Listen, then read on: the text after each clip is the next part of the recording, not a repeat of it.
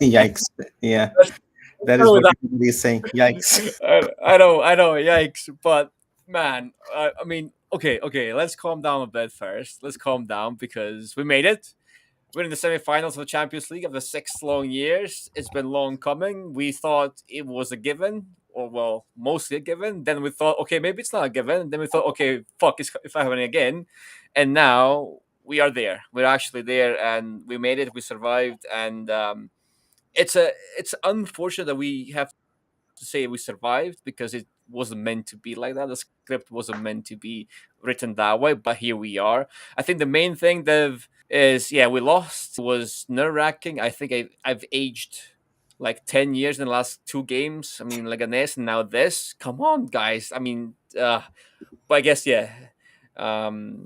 Don't know your thoughts. If you can muster any thoughts, share us share No, it that was share a it with tough one, us. man. And you, especially when you've gone through, 2018, 2019, then it plays in your head. And that fourth goal was an offside, but it could have been a goal. And it was just, yeah, it reveals so many things. But at the same time, you can't, like, football is like this. It will happen. Sometimes these things will happen. Sometimes the team will lose. So you can't really blame them also because they've been so freaking incredible throughout the season. But this Yeah. was, yeah, I was, that own goal.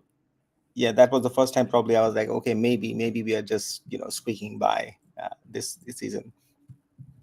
Yes, I mean, at the start, of course, yeah, we expected this. We expected Borussia to come, guns blazing, all out, and you know what? I was fine with that because as I've said last time and in my tweets as well, I was pretty sure that if they go guns blazing, that they'll give us chances to score, and they have. To be fair, they have given us chances. We have created chances. We had like three or four. I don't want to call them sitters, but we had three or four very, very, very, very good chances, like Four one on chances at one with the least, yeah. keeper. Yeah, yeah, one on one with the keeper, just slid in the back of the net. That was it, right? But we couldn't finish, and I think that kind of made the game that much more difficult. But the game was difficult in the first place. We can't deny that all those folk tales of the Signal Iduna Park and the things that Borussia Dortmund fans tell you to frighten you, to scare you ahead of the your away games, they're mostly true, right? They're not exaggerated because when you go here and play away from home against Borussia Dortmund, it's different. It is different. And yes, our anxiety has anxiety. We're at that point where we just this has aged us tremendously. This But was a that being psychological thing more than anything. I yeah, mean, it for was, most, like most and Barca it really fans, it was was. like deja vu, Hmm. and deja vu Hmm. is hard for a Barca fan. So, but yeah, got the job done. We are into the semifinals, and I think we needed this to cross this barrier. So I think in that way, it's a good thing. You can't really blame them, but we obviously have to talk about what happened. I mean, the dependency on Pedri is so high. Can a midfield without Pedri be effective? To be honest, as we tried and saw today, uh, and there are other things also to talk about. So where do you want to get started? And yes, Meister, everybody's anxiety had anxiety about this ending. Yeah. So yeah, good comment out there. Yeah. Okay. Let's talk Pedri This is because also a very good comment. yeah, that's a very good comment. We're trying to keep our language, very docile and very child friendly in case there are people out there watching who are are not of age. But no, absolutely, Sami. That's exactly how we feel, and you're absolutely right. But okay, let's start with Pedri because I do have some thoughts about this whole situation. I think it's obvious. Okay, first and foremost, yes, it's obvious that without Pedri, we are that much worse of a team, right? We're not nearly as good without Pedri as we are with him. That's obvious, right? Everyone knows that. And when Pedri did come on, it you could feel the difference. Absolutely true. Again, now that being said, once Borussia had the momentum again, um, even Pedri couldn't help us, and that's why I think the first half, people calling out the young, people calling out everyone, I think that was also a bit exaggerated because even with Pedri, we still struggle because when you have such a team playing in such a stadium with such momentum, with such ferocity, I think it is extremely difficult Yeah, and scapegoating players and saying, okay, this guy is not performing well. This guy is why we are in this situation. That's just not true. It was more so that Borussia they were just very good. overwhelming. They were very good. They're very They good. were overwhelming. We couldn't do anything. They And then came on out an, to win with a point to prove, and they played from the they get did, go yeah. like that. They might they might have lost the tie, but they have retained their Oh pride. I yeah, said 100%. earlier that yeah, they're playing just for their pride, but it seemed they were actually playing for the tie. Right? They believed in their success, and it was within the grasp. I think.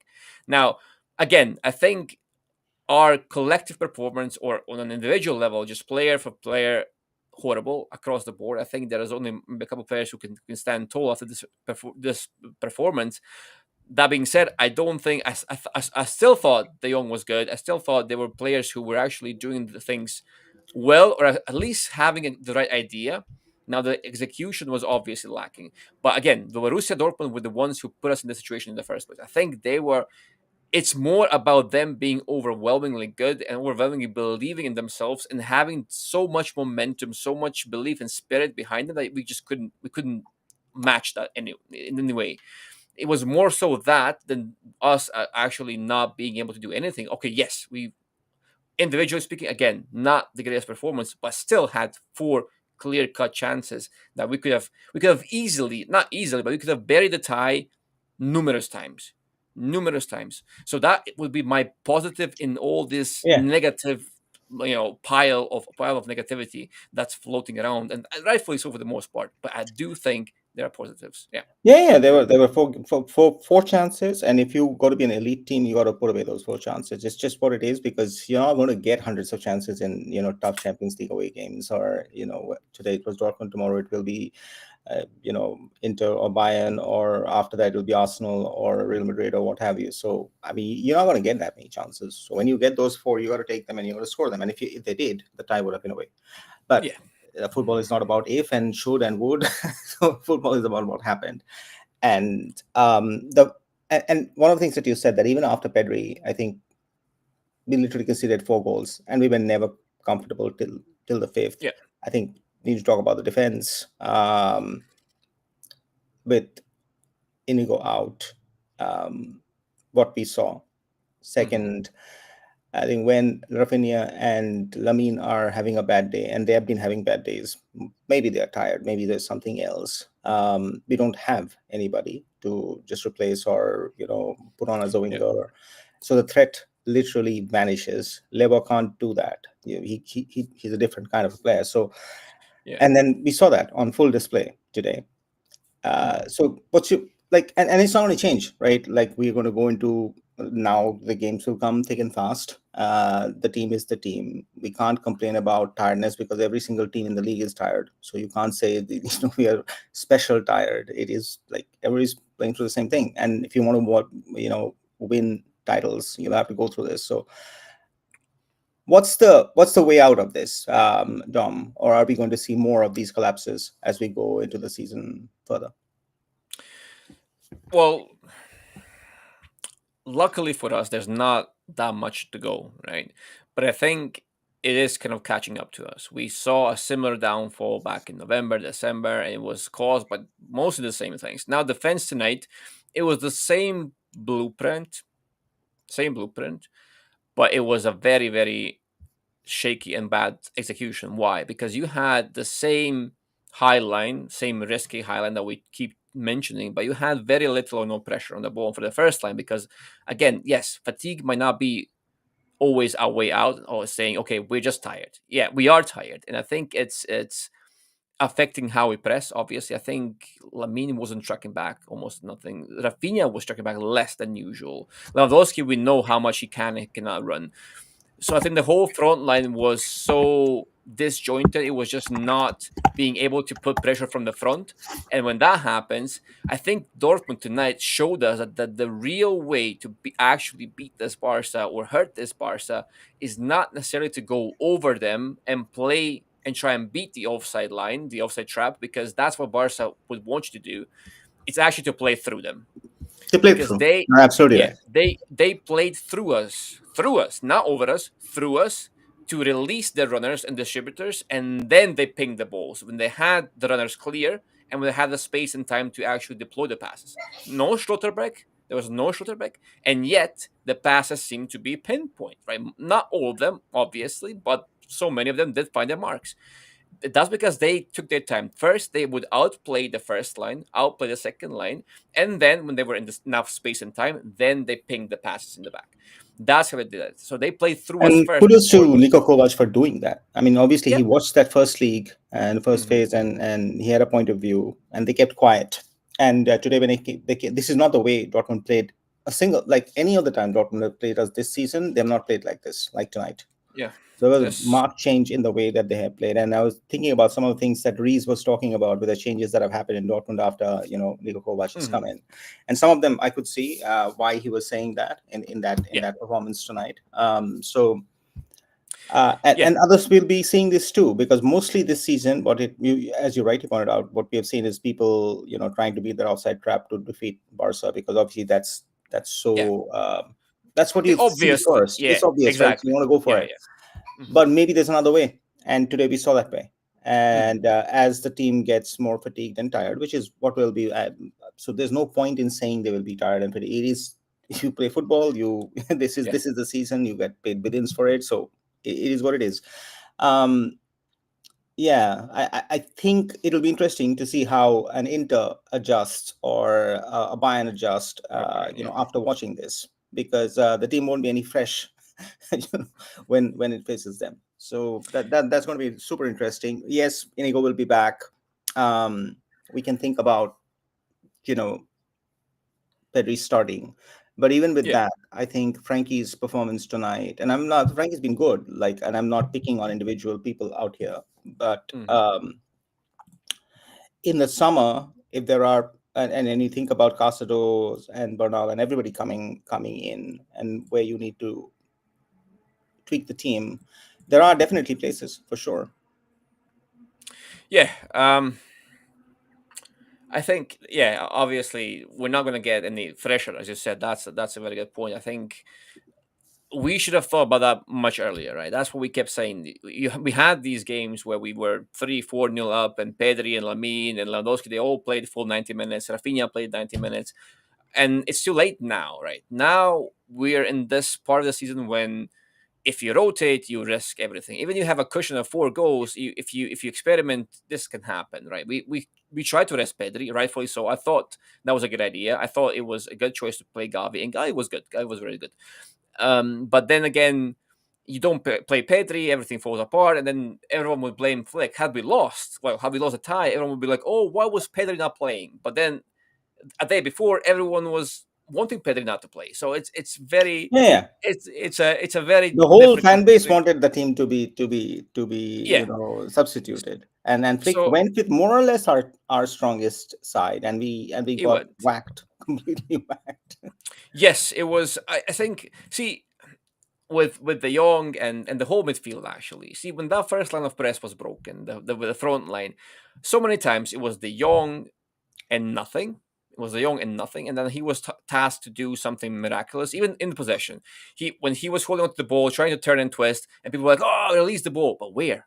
Release to whom? Whom? There was no one, right? There was no options for him most of the time in that first half. Again, kudos to Borussia, because that's what they did to us. They suffocated us. And then, okay, yes, there was a period in the second half when we did recover. Pedri did bring that to us, and De Jong did bring that to us. I think without De Jong, for example, it would have been even worse, because he was that calmness that we needed, right? Not at his perfect best, far from it, but no one was, right? And I think, yes, as you said, that this might be a different blueprint, but something that teams can consider moving forward. And now it's all about how does this team keep fresh? Because when we're not fresh, it's almost impossible to play the way Flick wants to play. Yeah. That is the big thing now, because when we're not fresh, when the front line cannot run and track back, and when the front line cannot press effectively, it leaves us disjointed. It leaves midfield on an island, and it makes the offside trap more of a weakness than it makes it a strength. That's what I'm trying to say. Let's talk And no about one this. leave. Pedri was not. No, go ahead, go Sorry, ahead, yeah, go ahead, go ahead. yeah, just to yeah. I'm not saying Pedri was a problem. No, Pedri did change the game. Pedri is by a country mile our best midfielder, even our best player on the team. I'm not disputing any of that, but I'm just saying that it does us no good to scapegoat other players because even with Pedri, we were still on the ropes. Oh, yeah. Yeah. Okay. That, yeah. No questions on that. No, I was just saying, like, let's take some of the questions that our point is that Yeah. people are putting in, like the Balde injury. Yeah, Balde's injury did affect us, but I think today, even if he was on the pitch, we would have struggled. If you look at the overall game and what happened, and like right from the get go, and we can see. I was just checking the momentum of the game. That first half was was only Borussia Dortmund. Yeah. Second half, we Yeah. kind of showed up for like 15 minutes, maybe, but we just didn't show up in Signal Iduna Park today. And we saw what a good stadium and a home stadium can do, and they were just up for it, like really, really up for it. And I doubt like presence of a ball they would have changed too much today. Okay. Yeah. Van Lee says Flick starting the goal to lose three nonsense. Yes. We are scared about our players. Yeah, we are scared about players, and maybe yes, you're right. They've been run to the ground, but this is the season, so they will be run to the ground every season. So what will you do? There's not much that we can do about that. Like, yeah, we can call for depth, but I think Flick has done a very good job of using the depth that he has in terms of utilizing the right players in the right time. And many of them have actually come back from injuries. Yeah, we have a few, but that every team has. So I think the tiredness point is very valid, but it is the same tiredness for every single team out there who's performing with us at this juncture. They've all gone through the same thing. So yeah, it's just one of the things that we'll have to work out. Where our fitness has definitely been way better than last few Yeah. seasons. We can only hope that with Flick and him extending till 2027, this will improve, and we will see better performance, and they will find out ways to mitigate this better as we go into next season.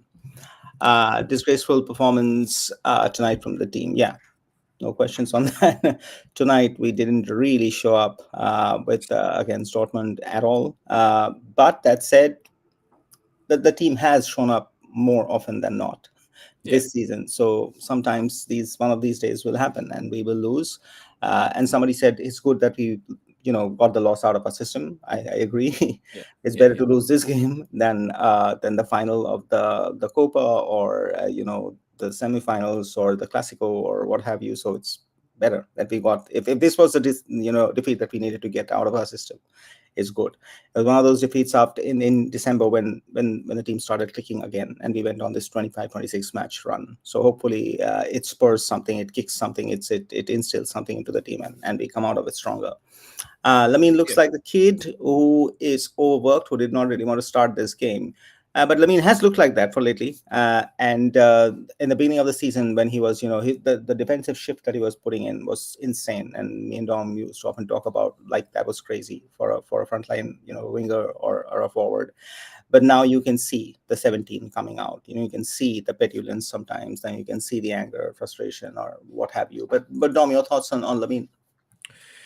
Yeah, I think tonight he, like most of our team, he didn't look his best. And to your point, Dev, this has been the case for just a couple of games now. And again, we can call out fatigue, we can call out whatever we want, but yeah, sometimes he does look like a 17-year-old, and he always have that as a quote unquote excuse because it is a valid excuse. I mean, we shouldn't really be expecting him to do more than he's already doing, right? So from that perspective, yes, absolutely, he gets to have those games because yeah, he is just a kid after all.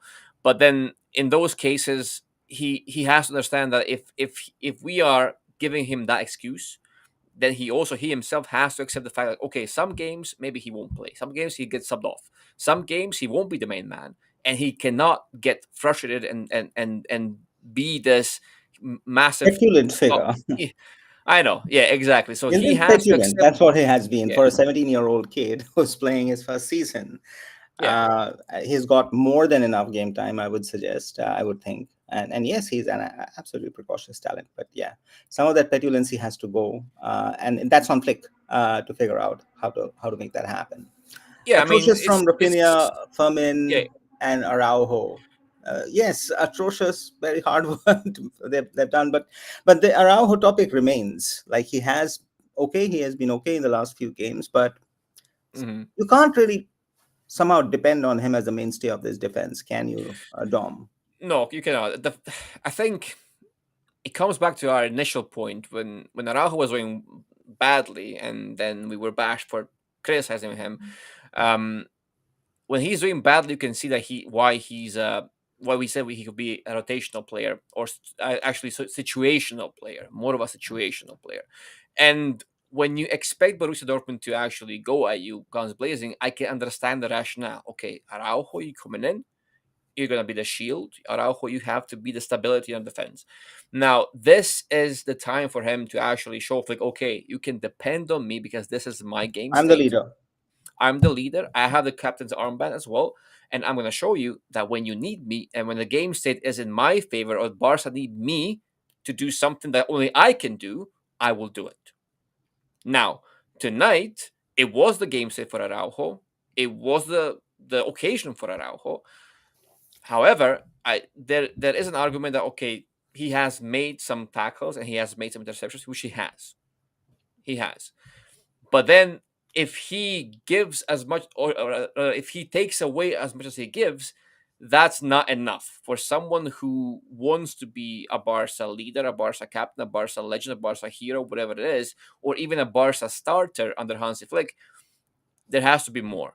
Now, the same could be said. Now, that same argument could be pointed towards De Jong, for example. If you want to be this massive midfielder who can be compared to Pedri's and whatnot of this world, then this is your occasion as well. And I thought, okay, again, I thought he was solid. I thought he was the right choice. I thought he was the right profile. I thought he was the right antidote. Not strong enough of an antidote, but still an antidote nonetheless. For Araujo, I think when he has a bad game, like maybe Switches tonight, off.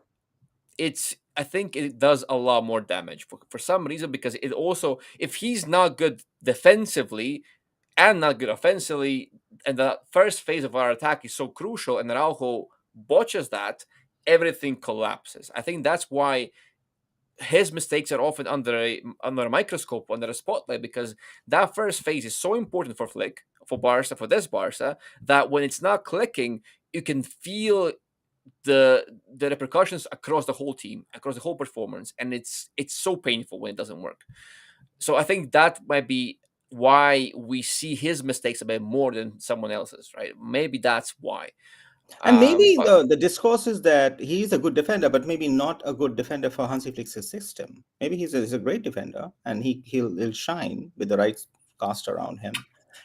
Like in Xavi's team, he was pretty much at least it was not visible. Like you really dependent on him, and he delivered more often than not.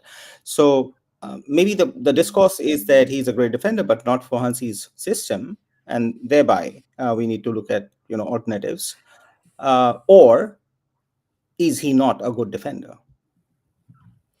I think, I mean, he's obviously, yeah. I would echo your initial thought where you said, okay, he's a great defender in the right hands, the right system. I think he is a good defender. I think just purely that he is still our best defender, right? No one. It is absolutely true that the things Araujo can do, most or none of the other players in the system in the squad can replicate. Now, the problem with this whole discourse is that his downsides, his flaws are too important for Barca, are too big for Barca at times. Because again, when he doesn't perform in the things that Barca's center backs have to perform, it's so visible, it's so painful that it almost destroys everything. That's why I think that sometimes, even though defenders should primarily defend, sometimes his negatives on the ball and even sometimes defense, as you said, sometimes, yeah, I don't know if he switches off or something happens, but sometimes that just outweighs the pure dominance that he can show in defense. Sometimes, not always, but sometimes it does. And in those situations, he's showing why he's a situational pick more than a nailed-on starter at the moment. And he might not be a nailed-on starter ever under Hansi Flick. To your point, Dev, but we'll see. I mean, that's just Yeah, I yeah, think there are still discussions around what the summer will look like. So we will see, and I think this will be discussed. I'm 100% sure this Araujo topic is not over, and deep yeah. into as the transfers start coming in, there will be discussions around that for sure. Flick moved Pedri forward with the Garcia sub. Yes, we know that Pedri is not the best when he's pushed forward. He's the best when he's kept a little deep, and he likes that deep lying playmaker kind of a role, and so on. So we know that, and we've seen that, and most of the fans have seen that, and most of the fans know that. But sometimes even for Pedri, he has to adjust. Like this will happen. Yeah. Depending on the game, depending on the situation, on the day, on the state, he will there will be these situations that will happen. You can't really control that. And Barca's problem is whenever that happens, the control goes. And that is something that I think it's a coaching thing. And Flick has to figure out what that answer is, whether we have the right people or to take care of that situation, or do we play a different formation or a system when that happens. But I don't think we have figured it out yet, because we have seen this a lot of time this season, and I don't think this is the last time you're going to see this side. It's going to happen again, Yeah. because most of the games after this are going to be super hard, except for maybe Mhm. a couple of games in the league. So we are going to get pushed, and as we get pushed, these situations will arise. And the moment it arises, that's when you understand where the weakness of the team is. Because when we are winning 5-0, who cares, right? So yeah, I think that Yeah. it's a valid point, and we have seen this. The question is, we haven't found an antidote to it, correct? Yeah. Yeah. And Pedri hasn't adjusted to the fact that, okay, sometimes he might have to play in both ways, and then that still hasn't come in. He's great, of course, but again, greatness also has levels, and hopefully he'll also improve, and Flick will find a way, and hopefully we'll be able to mitigate this. All right. To the next point. How do you think we'll rebound from this in the league? A couple of easy games, but I don't want to get complacent. Yeah, I don't think there's a chance for getting complacent, and I don't think the league is easy at all. Even if the names are easy, it's going to be hard.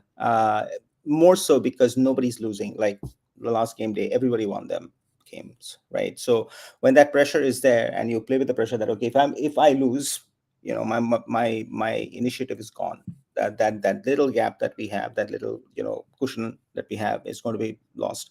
So Flick can't really afford to do wholesale rotations and give rests and so on. So they've got to play 90 minutes again, right? Mhm. And the moment they play 90 minutes, those are minutes that are keep getting clocked. So I don't think there is complacency, uh, uh, or there's a chance to get complacent, because if we do, I think I think we'll pay for it badly, because we haven't won anything yet. And then a 3 point cushion is not that big of a cushion in the league, given the state that we're in and given how all the other teams are playing. So, but Dom, your thoughts? Practically the same. I think at this point, not there's no easy games. That's one thing, especially in Liga. We saw what Leganes did to us. On paper, Leganes should be easy, right? They're a relegation side, No, no, and they pushed but us. exactly, but they pushed us. We barely, narrowly got those Somehow three got that points. done. Yeah. Yeah, and there was this argument that I participated in on Twitter as well, when people say, "Okay, Leganes play differently against Barca and Madrid, and they do the rest of the season against other teams." And obviously, they have a blueprint that might trouble the big sides occasionally, but they don't have a blueprint for a Winning the sustained league. yeah, winning the league essentially for a sustained 36 game as a season. They don't have that. Now, every team takes extra time, extra care, extra detail to prepare for a Barca game. It's simple fact, and most of those teams have more rest, more time, more sample to analyze us, because everyone wants to beat Barca, so everyone's coming up with different things to beat Barca with, and then other teams try and copy that because they'll be watching this Dortmund day, and they saw, okay, maybe we can do some of these things. Obviously, they're not at the levels. Not everyone will be able to replicate those things, but they will maybe try and they will get some ideas. So I think that's what you always have to take into account, because these smaller teams, quote unquote, they live for these games, Moments. right?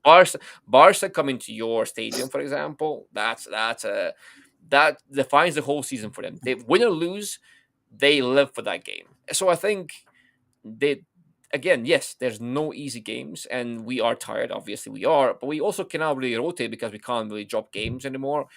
So it's a very tough situation. But now it's too late to think about these things and say, "Oh, now we're tired." We had the whole season to maybe try and mitigate this somehow. And okay, yes, maybe Flick doesn't have enough depth to maybe rotate without maybe hurting the team in some ways, but that's the reality of a team that wants to compete at every front, a team that wants to be the best, and a team that wants to play this style every single week.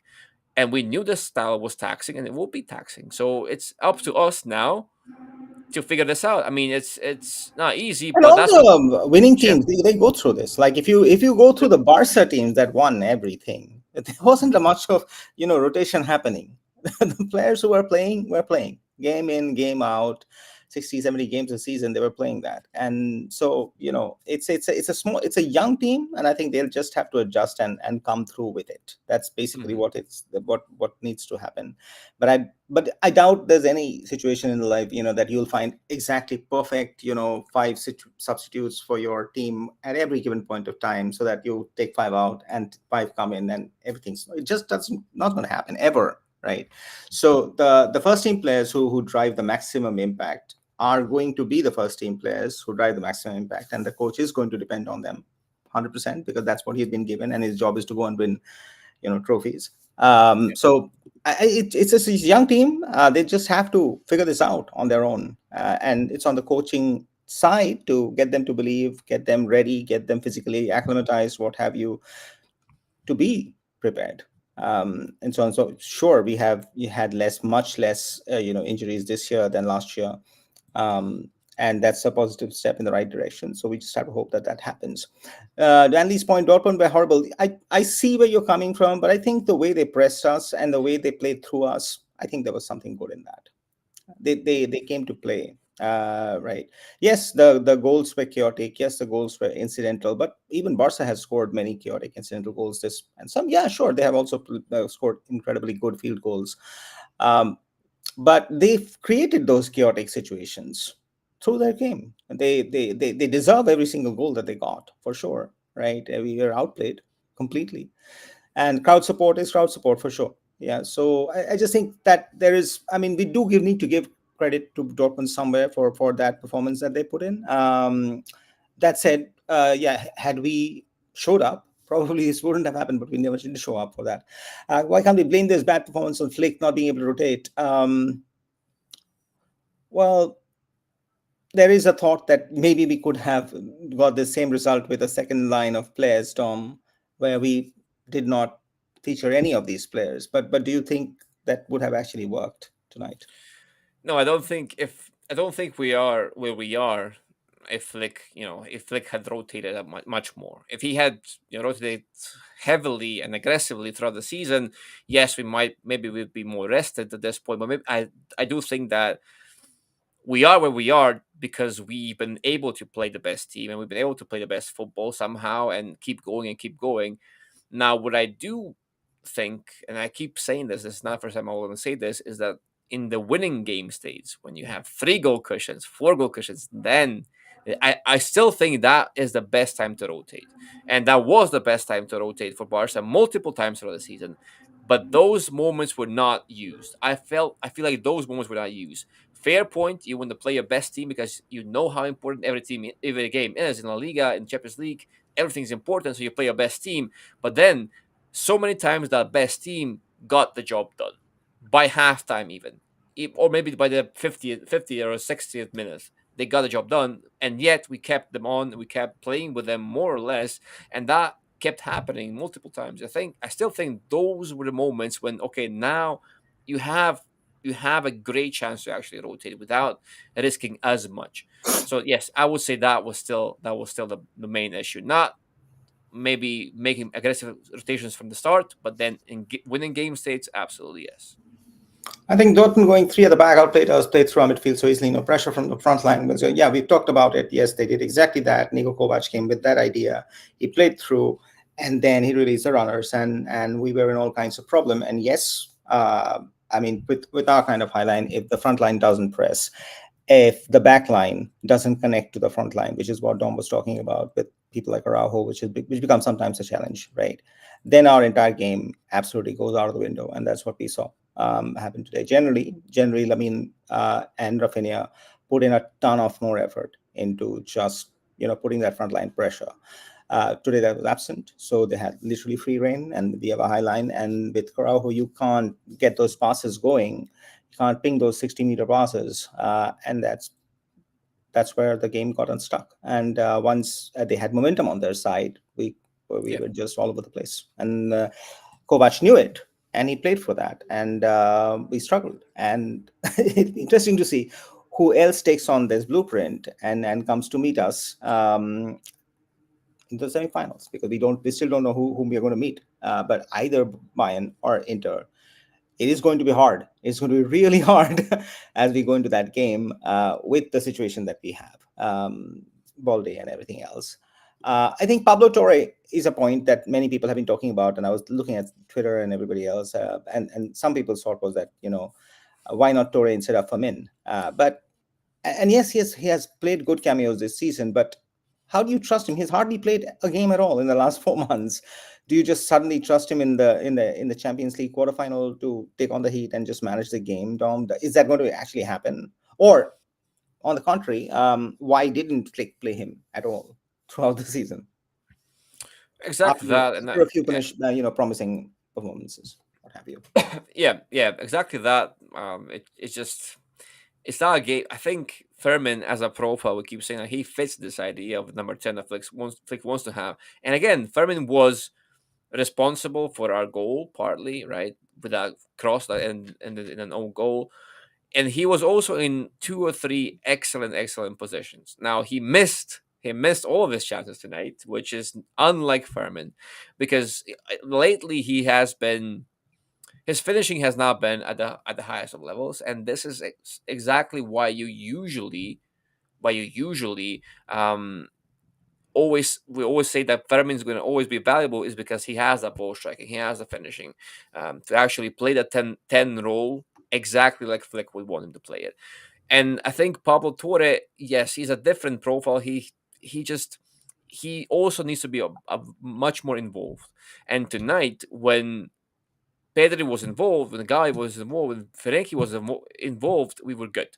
But Dortmund were very good at cutting off those supplies to them. They were really good at hiding the ball from them, not by being very good in possession or very technical in possession, but they're with their out of possession stuff, because they just shut off all the channels leading to Pedri and leading to Frankie, leading to Gavi. And I think a Fermin, in that case, he doesn't need to see as much of the ball. And I think Flick, what he sees in him is okay, he's a constant dynamic option up front. He moves well around the box, and he was banking on Furman to be in those situations that he was in. But he was also hoping that he would score one of those, but fortunately he did not. Yeah, his finishing hasn't been the best lately. Like, I mean, in the last few games, I think he's missed a few sitters and a few Yeah. tough chances. So, and there's a point that a lot of people, that they say, okay, he's a bit clumsy, cannot finish it, and so on and so forth. But he also has, like, before this, if you see last season, which was a dream season for him, he was scoring bangers from everywhere, and even for Spain, even the Olympics, I think his goal scoring boots were right on. But something obviously, these things happen. But yeah, we did have a few chances with Famin from that point of view. Question, Dom: is Pablo Torres staying or going, or just being as he is into the next Um, season? I would say if it was up to me, going, maybe loan, because if we say okay, Bernal's coming back, Casado's coming back, and there's no guarantee that Casado's going to stay. Who Yeah, knows? There's no guarantee that De Jong's going to stay. Still, yeah. I mean, despite all of the resurgences lately, there's no guarantee.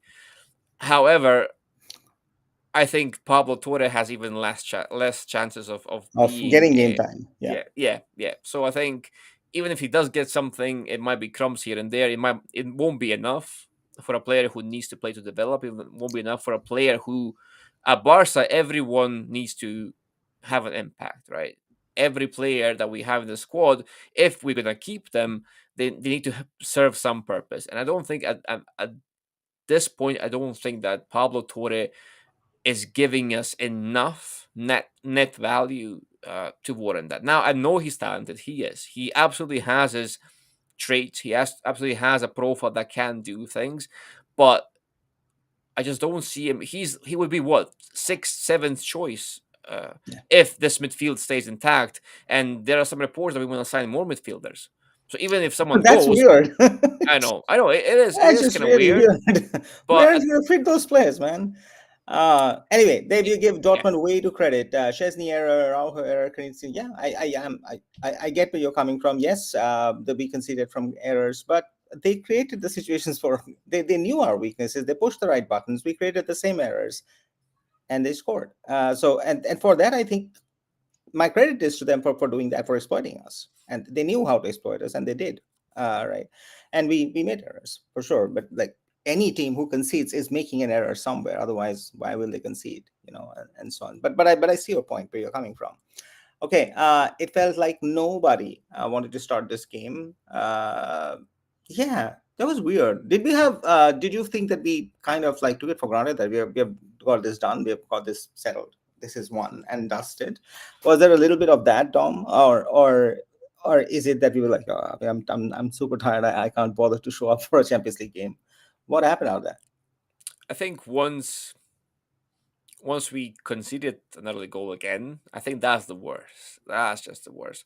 At this away ground, in this situation where you have they were having flashbacks, right? Even though the players, not all the players have participated in that those catastrophic games, they still were having flashbacks. I can guarantee you that. And it's very easy to crack under pressure. And when we say, okay, these are kids, they're doing so well, but you can see their kids in these situations as well, because they maybe don't have the mental fortitude to actually play through this effectively and come out unscathed. Now, we have seen this team actually play through adversity a lot of times, and this was one of those nights. And this is a big lesson for this Barca side. This is something that these youngsters have never ever experienced, and now they have this under their belt as well. Now they know what it's like when they actually face teams on the other side of the pitch who know their business, who have the crowd, who will make your life hell, and who will play to overwhelm you, to destroy you. And they know that there are such teams, and even better than the Borussia Dortmund, because Borussia, with all the credit in the world to him for this, to them for this game, they are not nowhere near the best teams in the world, right? So this is a big lesson. Hopefully, defeats can be just defeats, or they can be lessons. That applies to life and applies to football as well. So if we learn things from this, extract things from this, will be all that much better for it. Now we'll see which one ends up being, but yeah, that I think that about sums it up. Rafinha played trash today. Every post movement was wrong, and the fact that he can't dribble is kind of a limitation in this kind of situation. Barca need to find a proper swinger. Now, it might seem a bit harsh on Rafinha because he's having a dream season, and he's one of the reasons why we have done so well in the Champions League. So Mhm. let's give credit where it's due, and also in the league. But that said, I think we have seen an anomaly version of Rafinha this season for majority, but what we have seen in the last few games is more or less the mean of him, what we have seen in the last 3 seasons, right? So that kind of attaches to how he generally plays. But overall, this season obviously has been extremely prolific for us. Now, is there a middle version, Dom, that we are missing? Is this the version that is going to appear like every season, or is there some merit in saying that if you get 90 million for him, you sell? Hmm. Yeah, it's a tough one because, as we said, I don't think Rafinha is doing the same thing next season. He's just not. Mm, I think there's always going to be output in him. There's always going to be value in Rafinha. But now you see, without Balde, that's also the context. The extra context is there's no Balde. There's no Balde, and Rafinha has to do the things that he does, but he also has to do things that he would not have to do with Balde at his side. Jared Martin was, I thought he was good. I He thought was Jared good, Martin was but good, he's not Balde. He can't but do he is not. No, he's he not can't do the Balde. same things. But And he did his job very well, I would say. yeah, he did. He did his job very well, and I think from that perspective, for him to come in and try and replace the best left back on the planet, and not only that, but to somehow replicate his value, his contribution is it. Kudos to him for actually being so solid. He was solid, not perfect, but he was very good. And I think that affects how Rafinha plays. And I think this is the reality of Rafinha as well. And I don't want to go back to fatigue, but yes, fatigue as well. I think that also plays a part because we didn't see Rafinha do things that he normally does, which is, track back relentlessly, be a madman off the ball. He just couldn't do that He effectively wasn't tonight there. either. Again, Yeah. he wasn't just there. Neither on the press was he there, neither was he tracking back, neither was he, that involved in the middle of the pitch, which he generally is, and trying to take that initiative. So across the board, he wasn't there. And can we blame it fully on fatigue? I don't know. Can be. If you No, want to be a Ballon d'Or winner, which is what we are yeah, not talking really. about, then you can't say I'm the best player, but I get tired. This Yeah, the thing this is, doesn't work.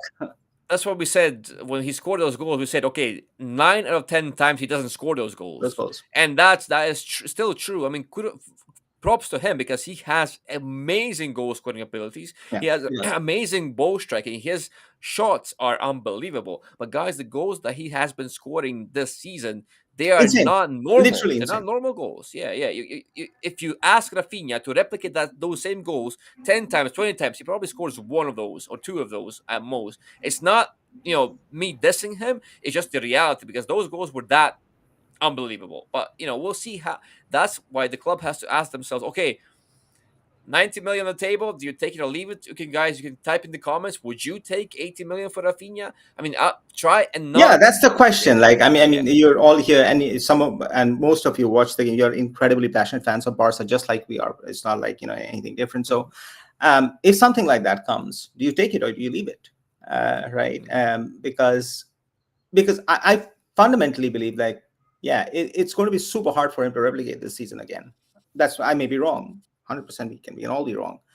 And if I'm wrong, that's great, because then that's good for the team, right? Because they've got somebody established who's already in the system for the last 3 years or 4 years or what have you. So we obviously want to keep those players. But lately we have seen the last few games, and what, 4 or 5 games at least now, we've seen the same things. All right, the lack of pressure, the lack of application, the lack of this involvement or behavior, right? Irritation, all of that coming together in one, you know. Uh, so yeah, that was one of the things that we need to keep in mind. All right. We do. Yeah, go Yeah. ahead, Joe. Yeah, not much to add. I think, yeah, we do, and people are right. People can be reactive, and this is a bad game. Everyone now has a bad image of many players because that's the current thing, right? It's what's still the freshest in your mind. But let's not forget that Rafinha, even without those wonder goals, you have to be able to score those wonder goals in the first place. And there's no denying that, okay, those goals might not be replicated, all of them, but Rafinha can still give you things. And I think And even no, without his Rafinha is not goals, worthless. I'm sorry, Frank, if you feel yeah, that way. No, that's yeah. not what we're saying. Obviously, he deserves a lot of credit for where we are in both the league and Champions League, right? And it's definitely a great player. That's not what we're saying at all. We are saying the team has deficiencies across, and we know that, right? Hmm. He's what we're saying is that these 13 or 12 goals that he has scored in the Champions League might not get replicated again, right? It's all in context. That doesn't make him a worthless player, absolutely, at all. And if you get that kind of money, 100 million, 90 million is what the media is talking about, not us, right? Do you take it or do you not take it? Then the context is not because you take it because he's worthless. No, you take it because you can use that to fix areas in the team that are badly in need of fix. That's all, right? So please, if you feel that we are saying that Rafinha is worthless, that's not true. We No, don't well, believe it at all. we've praised him so many times, and I did call him a weapon of mass destruction and whatnot in the past because he is that. He just has that something that because not every player can do even if these strikes are 1 out of 100, 1 in a million strikes. I think you still have to have not just the ability but the personality and just to be that guy. He is that guy. I think you can always count on Rafinha, and he's also being very selfless in the way that he plays because Yeah, he yes. enables so much that The we do. team. Yeah, if he doesn't touch the ball, he still see that great chance that Rafinha, the Fermin had. It was Rafinha stepping over the ball, which not many players would have done in that situation. Again, creating the situation for Fermin to score, but unfortunately he didn't score. And I think that there's so many different ways when he moves, He's a very drags players selfless player. out, No creates questions space. on that.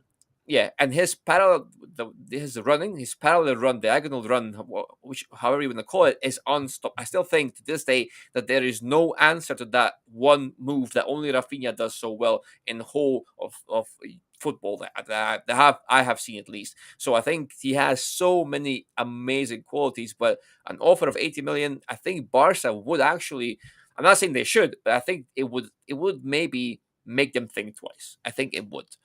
But I'm not saying they should sell him or not should sell him, but I think it would make them think a bit.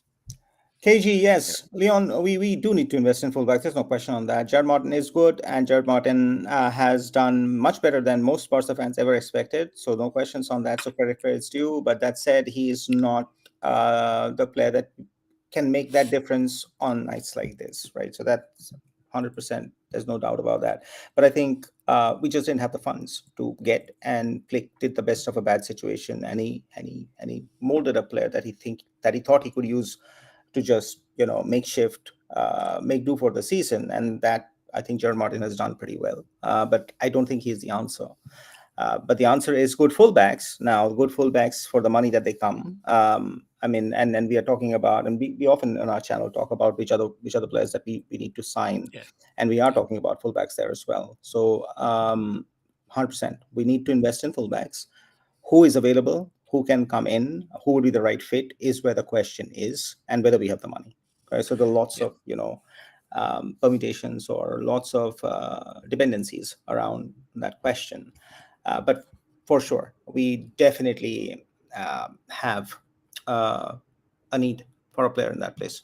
Somebody said that, I think Mandy, yeah, it was that Casado, we would take Casado. What would have Casado done today? Would Casado would have been better for a situation like this today, Dom? no, no, Or no, no. Um, Casado is a player whose abilities you see best, or his strengths you see best when Barca are the dominating force. When Barca are on the back foot, I don't think Casado gets you out of jail. I don't think. Yes, he is. His dueling, his tracking, his busy bee attitude is certainly helpful, but I don't think with Casado in over Frankie, especially tonight, I don't think it makes us play better. In fact, I would say that without Frankie tonight, for all the haters out there, I know, he's not been perfect, but I think without him, we would have been even worse. I firmly still believe that. And yes, people will say, "Oh, Dom, you always say that about Frankie. You're always gonna love Frankie." I am. I mean, I am biased in a way, but I genuinely believe that he was a necessary player in that midfield for all the mistakes that he did, all the flaws that he has. And he has flaws. I'm not saying he doesn't, but I think he was necessary, and I think he would have had Costa have been healthy. I still think Frankie would have been the better choice of the two. well, I think this is a good comment. Let's lighten the mood. What are those white shorts? You're 100% right. What are those Yeah, white? yeah. That's atrocious. We cannot wear them again, and probably they're the reason why we struggled. I think that's the most logical reason that we struggled in this game. So thank you for that moment of humor or banter out there. But yeah, we can't wear these white shorts. Absolutely, we need to make a petition that we got to find an answer for this for sure. Okay, let's look at some of the game stats because I was looking at some of it and it's interesting. Look at this! Look at this thing. Like, we Mm, just didn't show up, did we? This was the game momentum throughout, and you can see like they. This is the only time just after the break where Pedri came in where we had a semblance of control, and then again at the end it was like chaos. This was all chaos. So I think, yeah, that was just not pretty. And what a game from Girassi, huh? A penalty for him in this, and we talked about, we were concerned about him in the last game, yeah, and and he wasn't that effective. But boy, did he come out to play this in this game, and did they play to his strengths to ensure that he got the most of the opportunities, and he definitely did um, punish us for that. So again, great game from Pascal Cruz, great game from Adeyemi. Like there, when this works, Dortmund can be a handful. And I think next season, with Niko Kovac finding more time to implement his ideas and probably a few more, they'll definitely sell players and get some new in. I think there is something in this team that can become the Dortmund that we know from Bundesliga. They're having a terrible season this season, but I think there's good news and hope for the fans of Dortmund. What's your thought, Dom, on that? Yeah, they have a solid base, I think, with Gerasi, obviously, but also Adeyemi, Gittins, Schlotterbeck, Gross. I think his absence in the last game was even bigger than we would have Yeah, expected, because he was everywhere. He was doing everything tonight. It- and really having him back in the squad, it made changed a lot the of yeah, difference. 100%. But obviously, Gerasi, to your point, Dev, we know what he is all about. He is a very specialized kind of player, and that's what I keep saying. That's what I'm tilting to that side of the conversation when it comes to Barca strikers. Do you want a striker who is fancy on the ball, who has high technical floors, who can dribble and do all those nice little things with passes, or do you want someone like Girassi who needs a couple of chances and he just He can just finish the game. dominates? Yeah. He just dominates. And yes, I think there's always going to be value in these so-called more traditional strikers, and he is a quote unquote a more traditional striker. He's big, he's strong, he's fast. He can smack the ball to high heaven and rip the net, and he's dominant in the box. He just dominates the area. He has a much smaller zone of influence overall, but the zones that he does influence, he dominates them. And I think he's the perfect antidote to this Barca side, because we don't have players who can maybe go toe Hassle to toe us. with him. Yeah, yeah, yeah. He's very annoying to play He's against, very and annoying. He can hassle your yeah, backline completely, and he yeah. hassled our backline throughout the game, and we He did. struggled to He contain did. it. And he doesn't need to do big things and a lot of things on the ball, because he can get away, quote unquote, with the simple things, because he is so effective with what he does and what his primary mission and task is, and hence the hat trick. I mean, that was insane. I mean, yes, to your point, Dev, Borussia made their own luck. When you Yeah, press like that, when you go with momentum and belief like that, things will happen. But the ball will bounce to you, not to the opposition. And it's true. I think one Lee said it. It is true that all these goals have a bit of luck to them, a yeah, bit of they do. scrappiness to them, chaos to them. But it was very much a manufactured luck, so to speak, because Yeah, I mean, that's how if you you. think about, the famous remontada that we talk about against PSG all the time, all schools talk about it, right? So 6-1. Have you seen the first two games, first two goals that we scored? That was pure chaos. Like Mhm, happened out of nowhere, right? And we didn't even know that it would happen. But that's what good teams do. They push you, they press you, they create that situation, they force that unforced error, and they make you pay for it. Correct. And mhm, mhm. when it happens for us, we are happy. But when it happens against us, we equally need to accept that somebody got the best of better of us in that regard. This is a site that we are not going to see too many times this season. 0.49 in xg. I think it was with Leganes also, it was about 1, I think, or 0.76, something like that. So for two consecutive games we have not been able to reach 1 in xg from just the way we have played, and that clearly tells you that there's something you know that's happening out there in terms of the Yeah, front but line. also look, they have big chances zero for Barca. That's Yeah, yeah, just not nothing. true. So look at I this. mean, So yeah, fine. I know, but it's not true. It's not true. We had like at least four massive chances tonight, So this and is the what, data like, does. these Yeah, aggregators will yeah, define a big chance in a particular manner. When you see it in the game, it's something different. So you're absolutely right. yeah, yeah. So it's difficult. Difficult sometimes. It's yeah, it's very difficult. But yes, I think even both the eye test and the data are correct. The Borussia was the better team. There's no Yeah, denying that's that. that's basically what it is. And if you keep going again, Pascal Gross, you can see this is what. Just look at total shots: 18, shots on target 11, shots inside box 16. He was just literally everywhere. So, Yeah, and that's what just Dom talked about. Like, he was such a handful throughout those 90 minutes, along with Gerasi. Obviously, Gerasi scored the goal, so obviously he get the headlines. yeah. But he was such an important player for Dortmund. And these kind of players will be difficult for Barca anytime they go to play, and that will be aware. Like, top coaches will be noticing that, and they will make a mental note. Okay, yeah, I've got that jotted down somewhere in my diary or what have you. We obviously lost the midfield battle today, without any doubt. Until Pedri came in, and even after that, I don't think we were very much in the phase and all. But yeah, the data also clearly shows that how they're far better, just from the application perspective. and we struggled. Okay, so now let's keep moving. We've got the league, and we are waiting for either Bayern or Inter.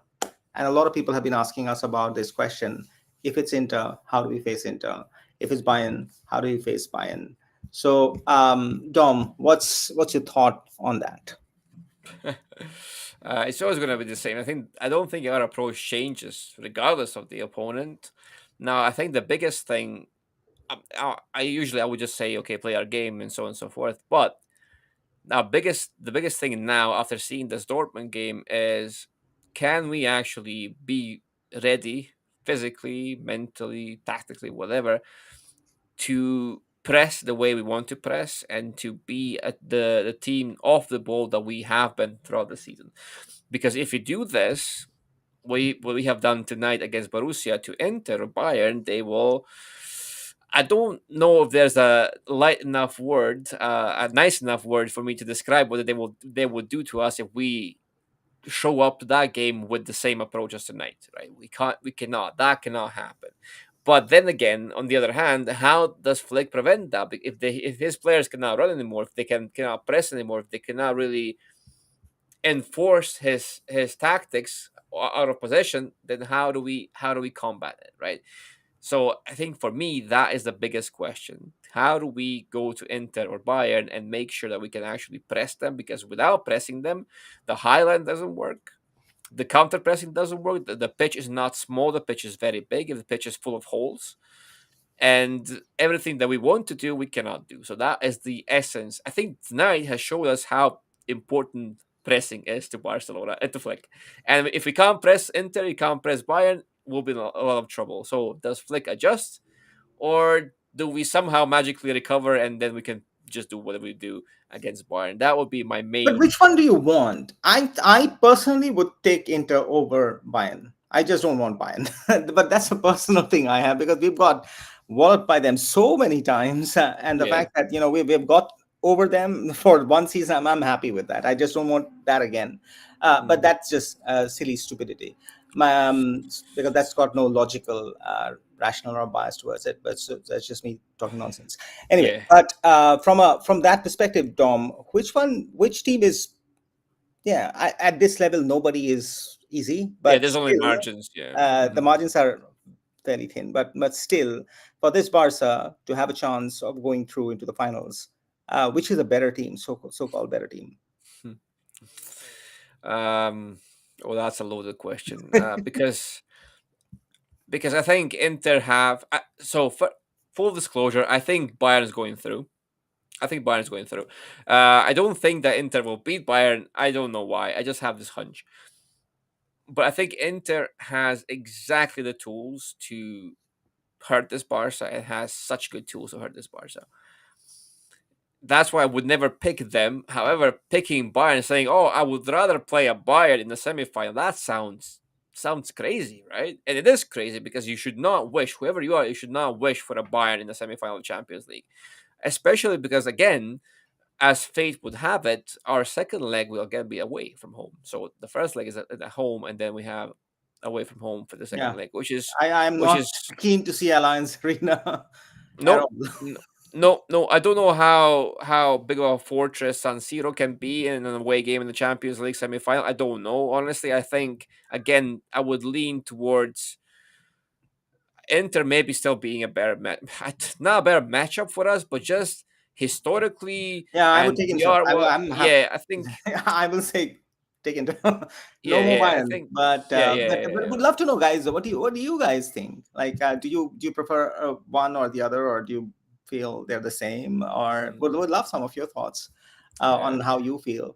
But Bentley says Bayern is going through, which means okay. So Bentley is talking like you. So we're yeah, facing Bayern and again. totally unrelated to Dev, but just Borussia Dortmund's official account, Twitter just commented under Barca's official account, and they said, "Go win this thing." Now that's class. Now That's that's class. I like That is that. I really absolutely like it. class because Yeah, yeah. that's so nice of them to say that. Hmm. No, that's incredible. Yep. Yeah. But yeah, Yeah. I mean, let's continue on this buy-in and thing, the Inter thing. I think that's about it. I think that's about it because whichever you choose, you will choose poorly because both teams are literally have the tools to hurt us. I think even Bayern in that first game, that we trashed them, they had the tools, they had the chances, they had the momentum, they had the whole first half of that game. I thought Bayern were the better team. So even I then, definitely thought that we could have lost that game. We were very lucky to get through, and Rafinha scored some absolute worldlies, which I there you go. don't think he's going to score ever again, and that's why we won against Bayern. But yeah, I mean that is why I don't want to face them. But looks like many people would like to. I mean, you can't blame them because Inter has been playing some of the best football on the planet for a while. I mean, not best football on the planet, but they're definitely up there somewhere.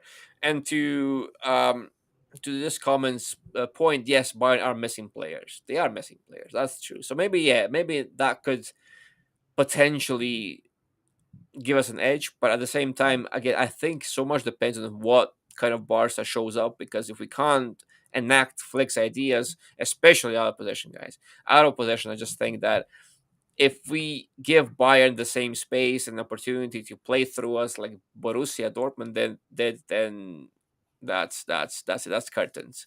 And yeah, that there's the comment That's the from comment. Go Borussia. win this. Yeah. That is such class. That is so nice of them to say this. Because if you go into their handle, you will see that they're thanking their fans for the support, which was insane. I wish for a Camp Nou like that. We have forgotten how Camp Nou looks because of the work that is happening right now. But that was what a full Camp Nou would look like, and we missed that. We missed that insanely on these Champions League nights. But that is so class from Borussia Dortmund and so on. And yes, these white shorts are an absolute atrocity. We cannot wear them again from that perspective. Because and there are stats here too that whenever we wear white shorts, we lose games. So yeah, that's just gotta be taken out of the system out there. But yeah, I mean, we will be doing some analysis and insights on and then we'll do a preview of the games as well with whether it's Bayern or whether it's Inter. I do think Bayern won't be easy at all, and I would definitely love it to win somehow and take my chances there. But any final thoughts, Dom, before we sign off on this one? Yeah, tomorrow we're awaiting Barca's dance partner in the semifinals. We'll see if it's Bayern or Inter. Either way, as Dev said, we will try and get someone on the pod with us and on the live and maybe try and preview the game. Maybe it's Augustus again. That would be fun because we had Reese twice somehow, and now maybe we get Augustus twice. We'll see. Yeah, maybe. You guys enjoyed having him on the pod. And that was still to this day is still our biggest preview ever. We had like more than 5,000 people watching us live, which was insane. So I would absolutely love to reenact that. Why not? And we will do a preview either way. There'll be more content coming your way. Still doing things. We're doing shorts. We're doing blogs. There'll be a different blog piece soon out as well. So keep an eye on that. There'll be some videos on YouTube, and obviously we'll be doing the lives after every game whenever it's possible for us to do so. And thank you all for joining because there's more than 2,000 of you guys there, and so that is amazing. After That's such a insane. night, yeah, after such a night of disappointment, you're still here, And talking we to should us for be. an We went to the hour. semifinals. I don't know when Yeah, was the last time we went to yeah. the semifinals. So we should totally enjoy this, man. We deserve this.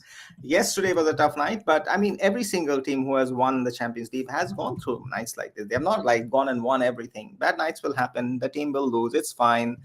It happens. We got the job done. We are in the semifinals after eternity. So we should totally enjoy this. And there are two more legs to play. So let's hope for the best, and let's hope back the boys to the hilt. We probably got this, and let's hope that we win this one, as Borussia Dortmund has very classily said. So with Yep. that, guys, take care. Thank you for joining. Stay safe. Take care, and we'll see you after the league game. Until then, Visca Barca.